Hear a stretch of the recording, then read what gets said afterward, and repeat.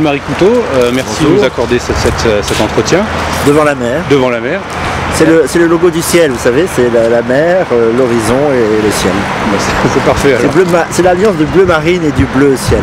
Ah ben justement, donc sur Marine Le Pen, donc quel est votre rôle exact au sein du Front National ou à côté du Front National? Oui, au sein du Front National, je n'ai aucun rôle puisque je n'en suis pas membre.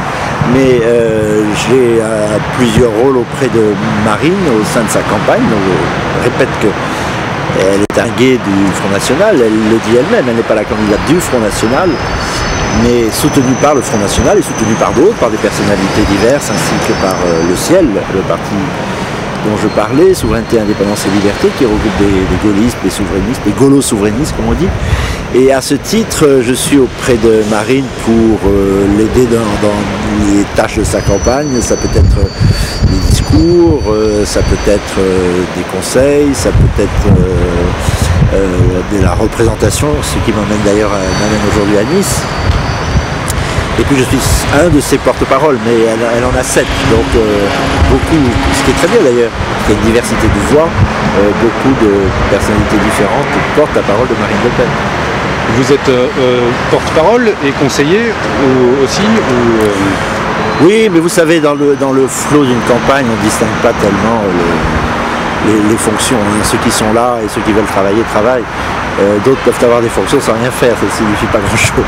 C'est dur une campagne présidentielle. Hein. Les journalistes appellent, les associations appellent, les syndicats appellent, les corps professionnels appellent, demandent des réponses, et c'est ceux qui sont là et qui ont un moment qui répondent ou qui se déplacent pour répondre à des journalistes ou faire des débats ici ou là en France.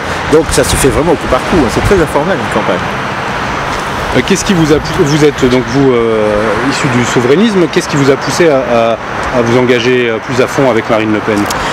Justement, issu du souverainisme, comme vous dites, je crois que nous avons beaucoup végété, beaucoup trop. MPF, de Philippe de Villiers, DLR, il végète encore, hélas, à un niveau assez bas. Je crois qu'il y restera Dupont-Aignan. Le parti que j'avais, le RIF, l'expérience Pasqua-Villiers a explosé. Pourquoi? Parce que je crois que nous avons eu peur, en tous les cas nous avons manqué d'un courage essentiel. C'est de donner une perspective à notre discours, qui n'était pas nécessairement immédiatement populaire. C'est compliqué le souverainisme, il faut faire comprendre que c'est pas une œuvre politique, c'est une œuvre politique, éminemment politique, qui permet de mener une politique. La souveraineté, c'est la condition même, ça a été le problème de nombreux rois ou de nombreux présidents de la République au prix de Gaulle. Quel cadre avons-nous à protéger ou à reconstruire pour pouvoir mener une politique? La souveraineté. Bien, on a seriné un peu ce thème. Je crois qu'on a commencé à le faire comprendre par certains Français, notamment dans le cadre européen, c'était manifeste, mais il a fallu lui donner une perspective politique et toucher d'autres Français. Et faute d'avoir des accords au second tour, Pasqua, Villiers, Dupont-Aignan jusqu'à présent, on était obligés de se rallier à l'UMP. Et ça, je crois que ça a découragé nos électeurs et ça nous a privé de toute lisibilité politique. Le courage que nous n'avons pas eu, c'est de tendre la main au Front National.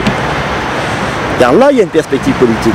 Parce que les thèmes du Front National, surtout ceux que développe Marine depuis qu'elle en est présidente, sont des thèmes très très proches de tout ce qu'on a développé depuis 15 ans. Je suis bien placé pour le savoir. Marine Le Pen dit aujourd'hui des choses qu'il y a 15 ans disait Philippe Séguin. Bien. Ou même Jean-Pierre Chevènement, vous savez.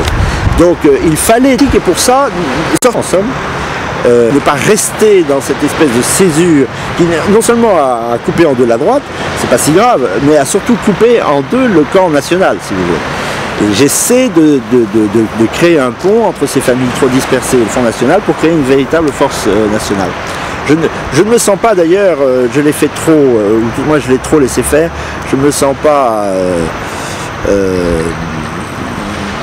en situation, dans le fond, je ne nomme personne, de cracher sur la figure de millions de Français qui sont des bons patriotes et qui votent Front National.